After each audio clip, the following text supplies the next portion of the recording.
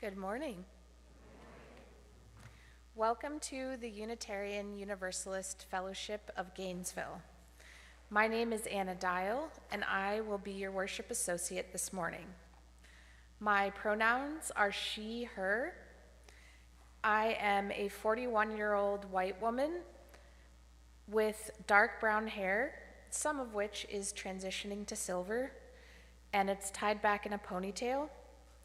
And today I'm wearing a blue sparkly shirt in honor of our water communion, and pink shorts and sneakers, and some turtle earrings and a frog necklace.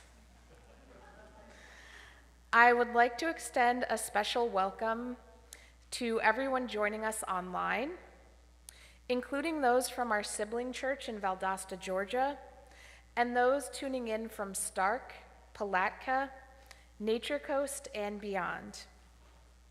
As we gather here today, we honor the Timucua, Seminole, and all other Native people who lived on this land and cared for it long before us.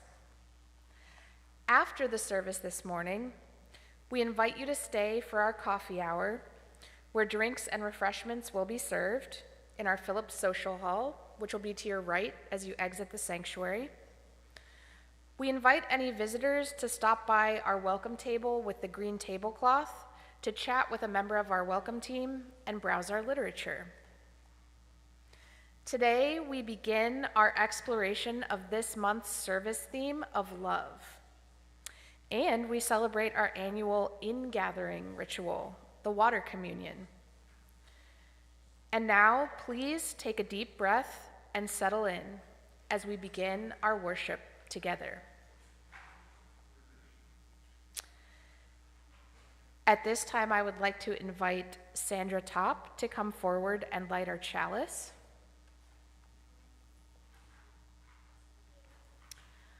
Our chalice lighting words are Grateful for the Love by Dawn Skege Cooley. We light our chalice this morning, grateful for the love that we experience in this beloved community. May the flame light the way for all who seek such abundance.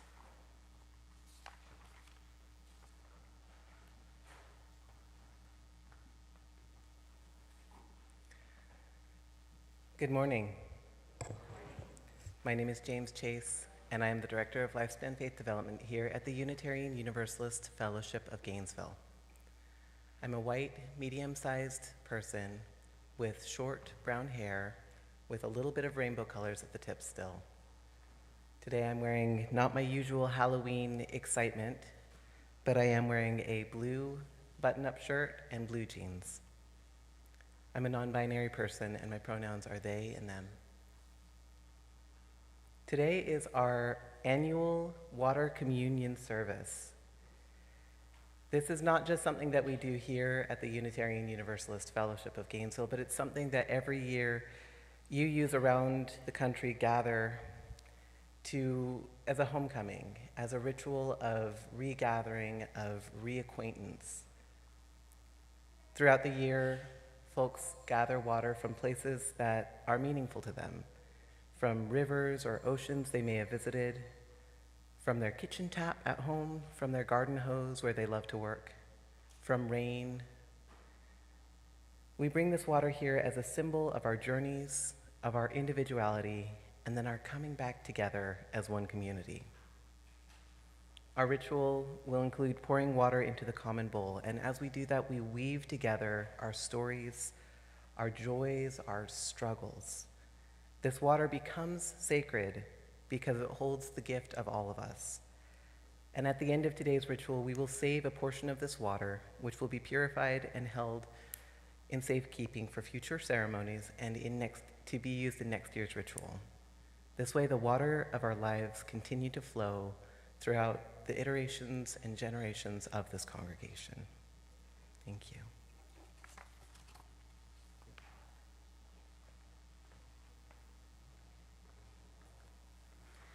And now I invite you to rise in body or spirit to sing our opening hymn, hymn number 1007 in the Teal hymnal, There's a River Flowin' in My Soul.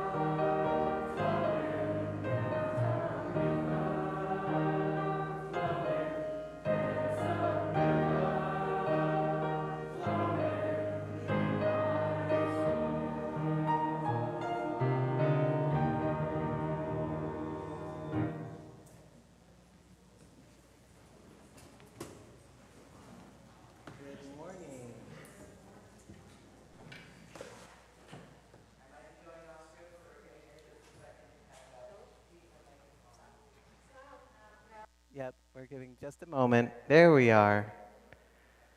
Blame me. It's fine. Good morning, kiddos. I'd like to invite you guys to come sit forward because I have a few things to say and then I have a very cool story. We're going to come sit by this beautiful river that is flowing through our congregation today. This would usually be a big problem, but today it's fine.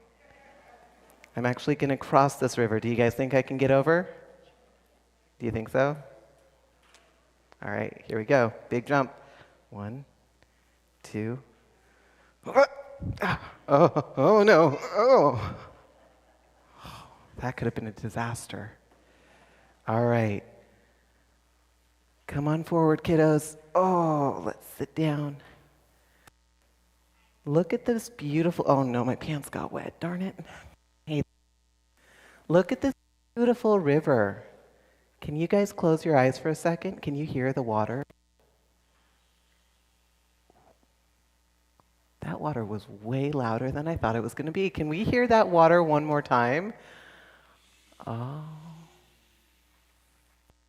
That was really very cool. Nice work, you guys. that was great. So today our service is about water and it's about community. And those are two things I think you guys know a little bit about. We're going to do things a little differently, which I want to give you a heads up about because sometimes changing plans can feel weird. This is for the kids and it's also for the adults. We're messing with our rituals a little bit today, and that can always feel a little bit strange. Usually, when the kids come forward, we just read a story, we hear a song, we do something, and then you guys get to leave, right? Today, I'm going to ask you guys to stay a little bit longer because you guys are part of our community. And one thing that makes this community special is that we do rituals. Who here knows what a ritual is? I see one hand. So a ritual is something that you do regularly, that you do it all the time, and it makes your life feel like it makes a little bit of sense, right? It serves a purpose. Who here, when they get home from school, give your mom or dad a hug? Do you do that every day? Do you try to do that every day? Does it make your day feel a little bit better? Who here in the evening brushes their teeth? Come on. Really? Thank you. I was about to have some judgmental thoughts, which I try to avoid, but we brush our teeth. And does that make our life better? Does it help us know that it's time for getting ready for bed? Yeah, that is a ritual. And every Sunday after you guys leave, we do a ritual. And this year, we're doing a ritual, and we're going to have you guys come and stay because you are part of our community. And you should be learning these rituals too. Okay? So first, we're doing a story. Then we're doing a ritual. And then you guys get to leave, and we'll sing the normal song, and everything will feel safe and normal again, okay? We good? All right, we're going to start our story, which is called The Water Princess. Has anyone read this one before? Okay. This is a really good book. I love it. So you can see the pictures here. I'll hold them up, or you can see them up on the big screens, okay? The Water Princess by Susan Very. Okay, perfect. All right.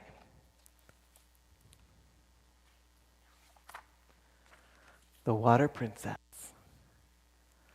I am Princess Gigi.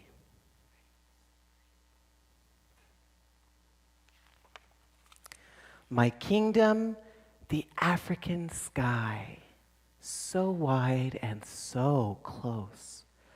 I can almost touch the sharp edges of the star.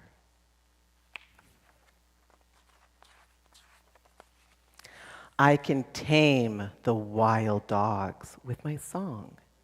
I can make the tall grass sway when I dance, and I can make the wind play hide and seek. But I cannot make the water come closer. I cannot make the water run clear, no matter what I command. It is early morning, still dark. My mother wakes me. Gigi, my princess, it's time to get up.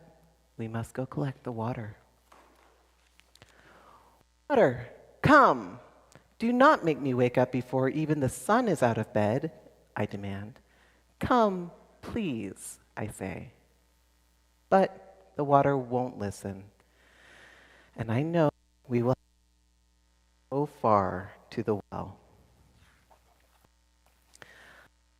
I am too sleepy to put on my crown. I think of the pot that will rest on my braids instead. The thirst comes quick. Dry lips, dry throat. I squeeze my eyes shut. I see it, clear. I dip my toes in it, cool. I scoop it up and bring it to my lips. Slowly, I open my eyes. Nothing. I kick the dust. Have you ever been so thirsty that you felt frustrated? Oh. I grab my empty pot and I place it upon my head. My mother does the same, and our journey begins full of song. My maman adds her melody, our steps are light. We twirl and laugh together, the miles give us room to dance. Halfway there, we stop for a moment at the giant karit tree, long enough to grab a handful of sweet shea nuts for energy. We can keep the dance going just a little longer. Maman, are we there yet? Finally, I hear the water running from the well, the giggles of my friends and the chatter of women. Some here have traveled farther than I, only to return home when the sun has gone to bed. Maman holds our place while I play with friends. The dance continues. The water is flowing. Pots filling with the dusty liquid. Gigi, come. Maintain it. My turn now. The dance home has slowed to careful steps. My thirst is so heavy, like the full pot I carry. Our song is softer now. Our shoulders ache, our feet cramp. I see home at last. Maman boils enough water for drinking, and we wait. We wash our clothes. We prepare food for cooking. My father comes quickly from the fields to share in the drink and the meal. He scoops me up. My princess, you have returned with the water. Drink, Maman says. Finally. Every sip fills me with energy. I want to make it last, but I can't. I gulp it down. Clothes and body clean, I sing to the dogs. I dance with the tall grass, and I hide from the wind. Maman brings one last cup that she saved just for me. Drink, my princess. Sleep, my princess. Tomorrow we journey again. Maman, I say, as I close my eyes, why is the water so far? Why is the water not clear? Where is our water? Sleep, she says. Dream, she says. Someday you will find a way, my princess. Someday. I am Princess Gigi. My kingdom, the African sky and the dusty earth. And someday, the flowing, cool, crystal clear water. Someday. The end. And this is when we would usually sing our kids out, but we're not doing that today. I warned you. For the first part of our ritual, this is the part that happens every week after you guys leave. Are you ready? For the first part, we're going to hear from Anna Dial. She's going to read from a book called The Book of Joys and Sorrows. And then after that, we're going to move into our water communion ritual. As we do this, may we remember that the fullness of our community includes all ages. And every joy and sorrow brought into this room enhances our community.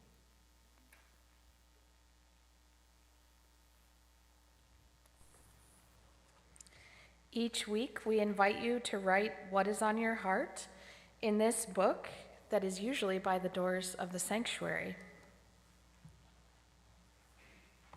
Our first joy this morning is to welcome our visitors. Welcome Mel, April, and Dan. We hope you will stay and join us for coffee hour and get to know us. Also written in the book this morning, we have several other joys and sorrows. Aaron Broadwell and Peter Marino are happy to be back at UUFG after a summer in upstate New York. We missed you all. We missed you too, Aaron and Peter. The Susan Cohn with the Eucatarians says, thank you to Ryan Rushing for his help last Sunday to help me with technology. You are very kind and patient. Care team members visited Fred Judkins, our coffee man, in the VA hospital on Saturday. He appears safe, comfortable, well cared for, and greeted us with smiles. We met his daughter and exchanged contact information. He wanted to be remembered to us all in the book today. Peggy Maloney writes, many thanks to Jonathan Corin for donating bromeliads to our courtyard garden. They look beautiful. And then I have some joys from our children, since they're part of our ritual today. Remy says, I had a lot of fun on Saturday going to the Spirit Halloween. Isla shares, or is it Isla or Isla? Isla? Okay, sorry about that. I went to my grandma's house, and then I went to a birthday party and had a lot of fun. Kinsley shares, I went to a back to school bash and made a bracelet. Jude shares, I'm starting homeschool, so yesterday I went to Best Buy to buy a computer. And Rowan shares, Nana and me and Mom went to Tampa, and I got sushi and even got 2 prizes. That sounds pretty awesome. All right, couple more joys. George Dondonville shares, thank you to all who worked hard to hold the Elder Odyssey last Wednesday in the social hall. I look forward to next month's Odyssey, and I invite others to join in to learn from our elder members. And I would like to share that my 3-year anniversary with my partner Ben was on Friday, or as he and I like to call it, our Ben-anniversary.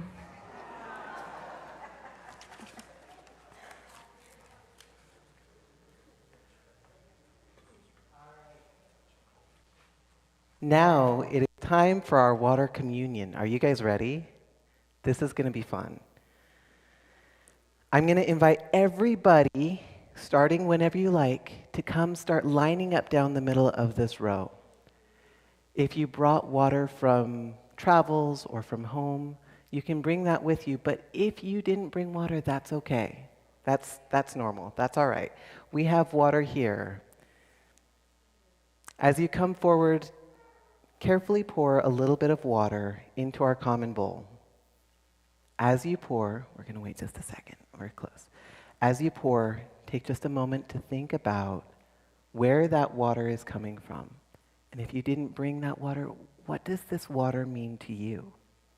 What does water mean for you? Looking back over the year, think about when you've had water in your life.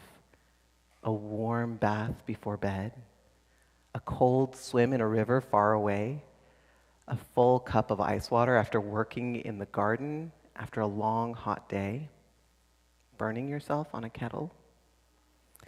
Whether your water comes from travels or if you got here this morning and realized it was water communion and snuck off to go fill a cup in the water fountain before service, as some of us may have done, it is sacred because you are sacred and your journey is part of our community's story. Everything that you bring from your life, your laughter, your struggles, your hopes, your journeys, all of it is welcome here. All of you are welcome here. As the waters mingle, so do our lives, flowing into one shared stream of community. And as a note, if you brought water and you want it poured into this bowl, but you might want somebody else to pour it for you, please raise your hand. We have folks, you've got help. Raise your hand, and somebody will come collect your water and take it to the bowl for you. After you pour your water, here's where we're shaking things up a little bit. Please feel free to step to the side and drop a stone in our bowl of joys and concerns. We're doing this largely so we don't have to line everybody up 2 times, because that's a lot for people. It's a lot for me. So we're pouring our water first, and then step this way to drop your stones if you like. And after we are done with our ritual, after we are completely done, everybody's returned to their seats, we will pour a little bit of water for everyone who wasn't able to be here. And we will drop 2, Elizabeth with the care team is going to drop 2 stones for us. All right.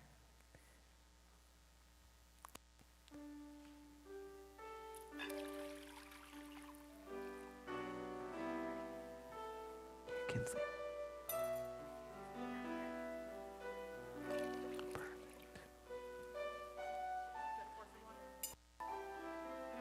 Come here.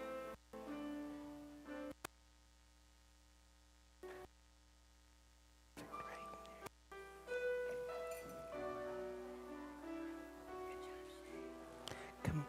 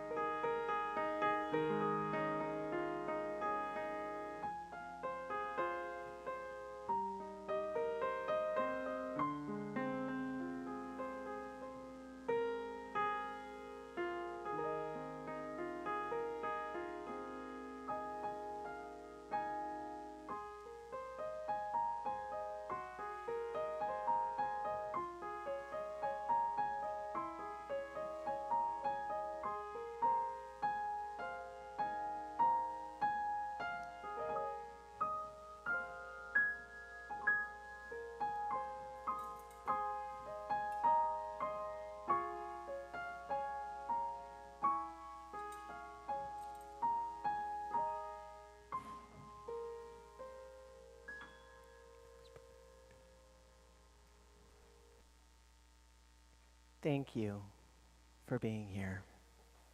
Thank you to our children, to our teenagers, to our adults. From my heart, thank you for being here, being part of this beautiful community as it grows and changes. This was a weird one. We do it every year. To end things for our kids on a note of safety and familiarity, I now invite everyone to sing our children out to their own play and learning and growth with our usual song, This Little Light of Mine.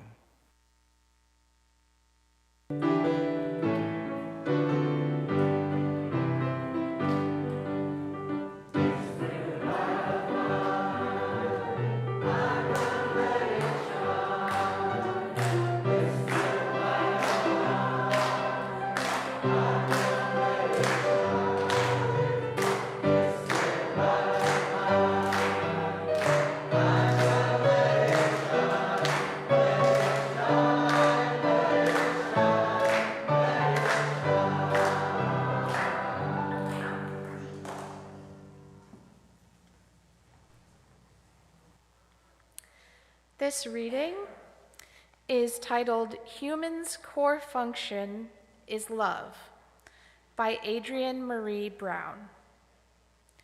When we are engaged in acts of love, we humans are at our best and most resilient. The love in romance that makes us want to be better people. The love of children that makes us change our whole lives to meet their needs. The love of family that makes us drop everything to take care of them. The love of community that makes us work tirelessly with broken hearts. Perhaps humans' core function is love. Love leads us to observe in a much deeper way than any other emotion.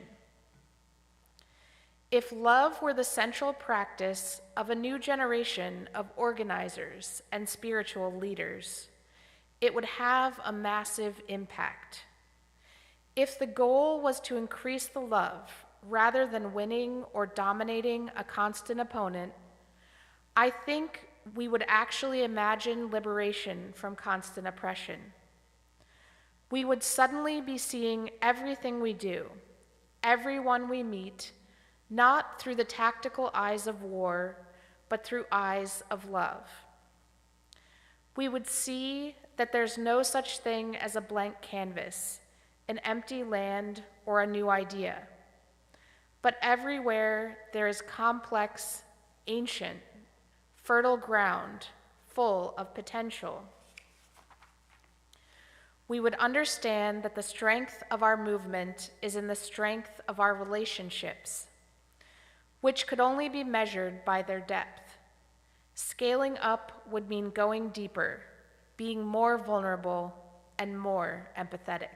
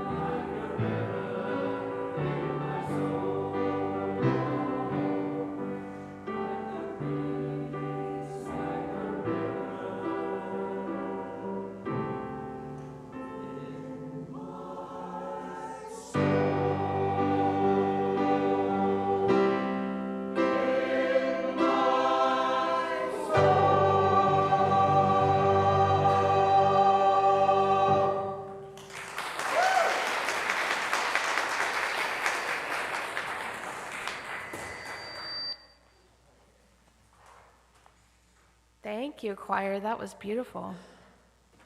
In the interest of time, I'm going to skip our second reading and ask our tech crew that we advance to our invitation to generosity. Thank you. And I have a few brief words for this. This Place, These People by Paul Dalzell. The offering we take each Sunday is an opportunity to recommit to this place and to these people. It is as much a ritual as singing together, lighting our chalice, or reciting our chalice extinguishing words. It's a reminder of that form of love we call generosity. It is how we show that we believe it is important to worship together, to help our community, and to say yes to the values of our faith. The offering will now be generously given and gratefully received.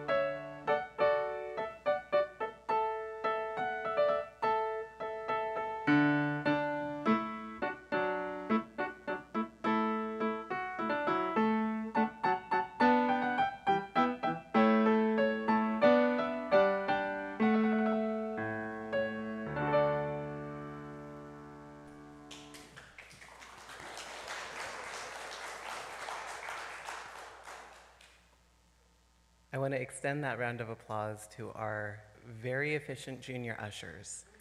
Thank you, Harper and Willow. This is their first Sunday in training, and we are so grateful.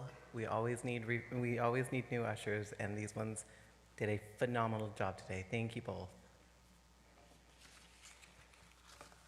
Hello, everyone. I'm not going to say good morning again because we do say that a lot in these services. Well, one more time, that's fine. Good morning. There we go. Now it feels good. Believe it or not, when we gather for water communion, we are doing more than just pouring water into a bowl.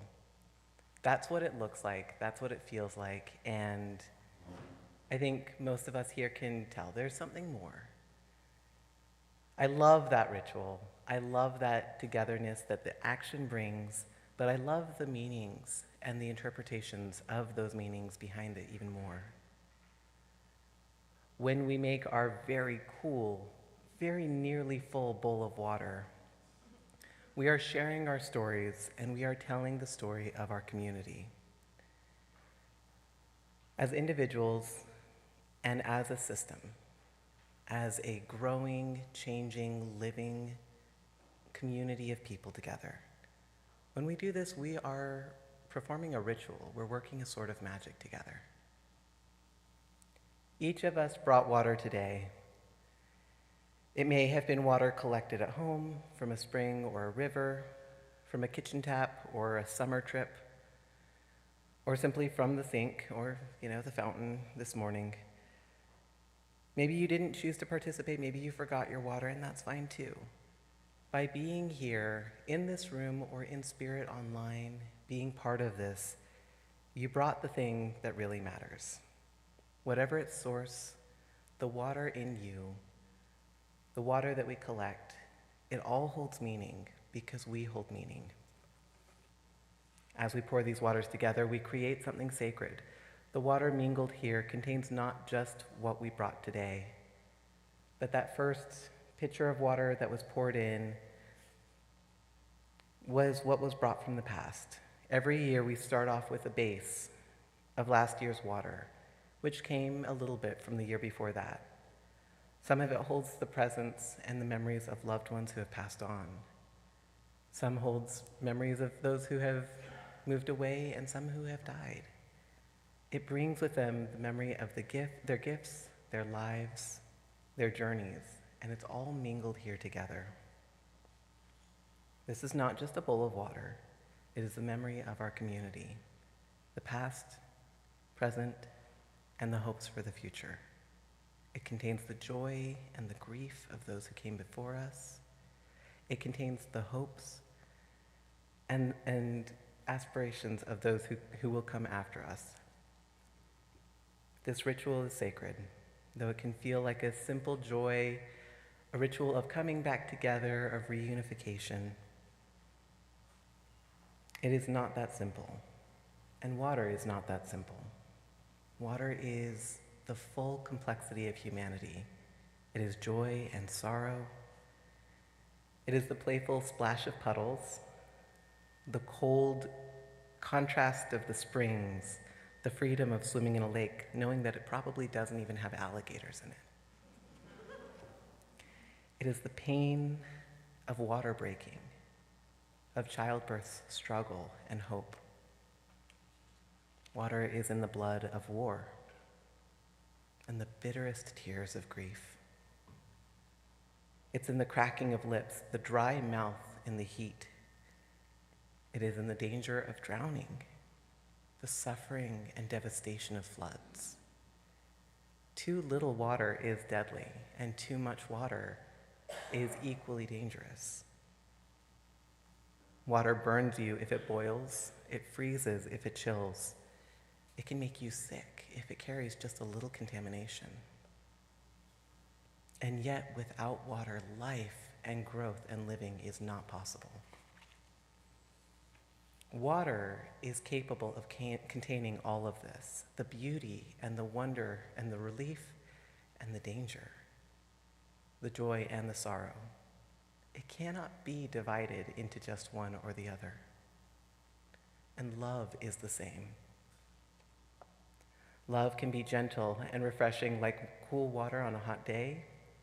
Love can also wound us, and it can make us ill if it is withheld or when contaminated with conditions or shame. But like water, love is necessary. It is not optional. Our spirits, like our bodies, cannot survive without it. And sometimes, like water, it is hard to find. Sometimes, like in our story, the world feels dry like a desert. Sometimes you have to travel far, parched, wishing it would just come to you, and you have to go to it. You have to travel to find that nourishment of love that you need to survive. In those times especially, community makes that trip easier. You can dance along the way, sing songs, and help those burdens that you carry be lighter, and multiply those moments of joy. Sometimes, even when water is abundant, we forget to hydrate. Some of us, maybe. Just some of us might live chronically dehydrated, forgetting to drink even when the faucet with clean, safe water is right there, several places in your home. Sometimes we forget to nourish our spirits with love. We forget that we are worthy of love and that others around us are worthy of love, that we need to fill and refill our cups over and over again, not just one cup of water a day, more than one cup. Okay. In their book, Braiding Sweetgrass, Robin Wall Kimmerer says, "The beauty of partnership is that each plant does what it does in order to increase its own growth. But as it happens, when the individuals flourish, so does the whole." As a parent, I notice that it is so much easier to remind my children to drink water than it is to remind myself. When they come to me and complain of headaches or fatigue or leg pain, my first question is usually, have you had enough water to drink today? Have you supplied your body with the water that it needs to function and to be happy? Similarly, when they suffer from the more ephemeral maladies of the mood or the spirit, I remind them to seek out love, to talk to me, to come talk to a friend, to seek out connection and affirmation that helps to clear the way, even clear out the grumpiest of grumps. And slowly, gently, I have found that through reminding them, more and more often I remember to remind myself. I begin to ask myself, am I hydrated? Usually not, when it comes to physically at least, but I also have to remind myself in all senses, not just with water, but with love and care and gentleness.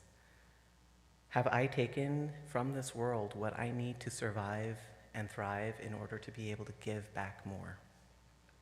And that is what community does for us, even when we struggle to care for ourselves. When we are surrounded by those who love us, it helps us to remember. Being in a community where we are asked, hey, how are you doing? Are you nourished? Do you need a snack? Are you cared for? That teaches us that we are worthy of care. We lift up as a community here the inherent worth and dignity of all people. And sometimes it can be really hard to believe that that means, yes, even us, even ourselves. We are inherently worthy and dignity. We are inherently worthy of love and worthy of dignity. And that is the gift of love at the center of community. This ritual began in the 1980s among Unitarian Universalists as a ritual of reunion, as a way of marking the return from summer travels, of weaving together the many journeys back into the one. In smaller congregations, people would get up as they poured their water and share the details of their little bit of water and get a moment at the pulpit. As communities grow, however, that becomes a little unwieldy, as you might imagine. But they would share their stories of, this is water from where we camped. This is water from the pitcher at my aunt's funeral. This is water from my kitchen sink because I have been so heartsick all year that I haven't been able to leave my home. It's a ritual of reacquaintance, of knowing again who we are, of keeping up and catching up, and reminding each other that we are all part of the same body. Here at the UUFG, we've made our ritual our own. We've changed it, we do it in different ways sometimes. But one thing that has stayed the same is that we always save a little bit of that mingled water. It usually lives back here in the secret cloisters of worship land, sometimes in a jar. This year it was saved by Mary Anthony in a Nalgene water bottle, carefully labeled, so we didn't drink it. That'd be awkward. What that means, though, is that what we pour today is not just today's gift. It is last year's, and the year before that, and the year before that, and tens ago. It carries with us the presence of those who stood here and poured their water before.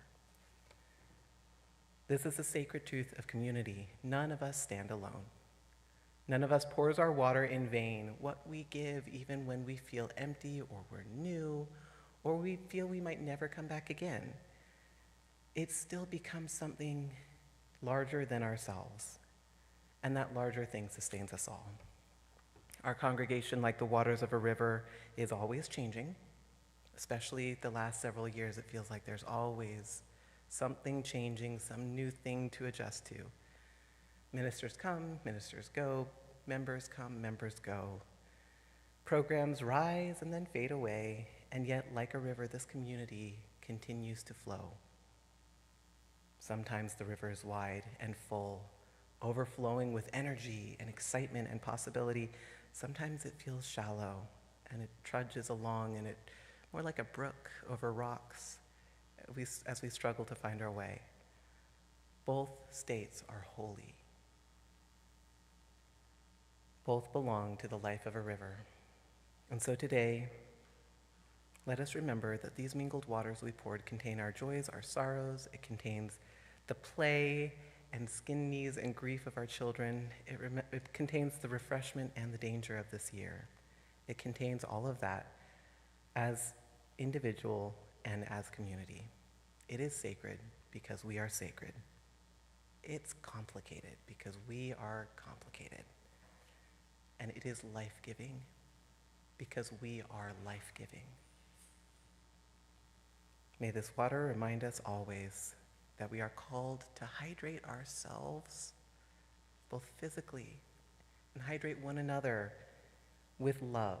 May it remind us that we are all worthy of care, of dignity, of belonging. And may it remind us that when our waters mingle, we become a sacred community. May it be so.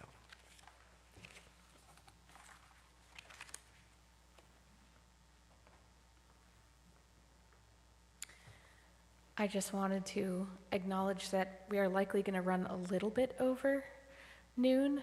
So if you need to go promptly at noon, feel free to go ahead and be on your way. We will understand. All right. And now I invite you to rise in body or spirit to sing our closing hymn, hymn number 163 in the gray hymnal, For the Earth Forever Turning.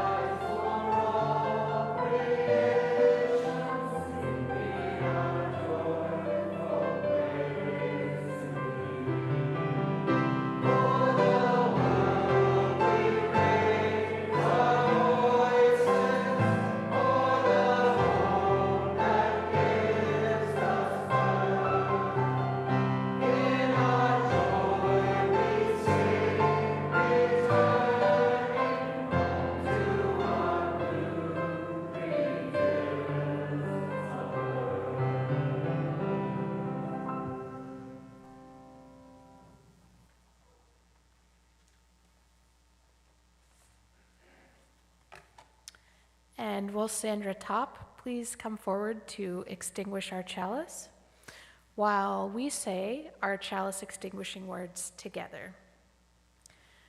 We extinguish this flame, but not the light of truth, the warmth of community, or the fire of commitment.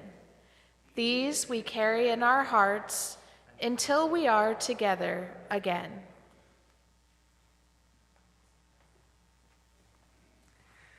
As we leave this sanctuary, may we carry with us the truth of what we have done together today.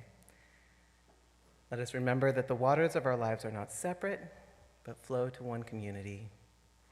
That every joy, every sorrow, every story has a place welcome here and celebrated. That the light of each child, each adult, each elder shines together in a circle of love. May these mingled waters remind us that our lives are bound together, and may that knowledge give us strength, not fear, courage, and joy for the days ahead. Go in peace, go in love, and go knowing that you belong and you are loved. Thank you.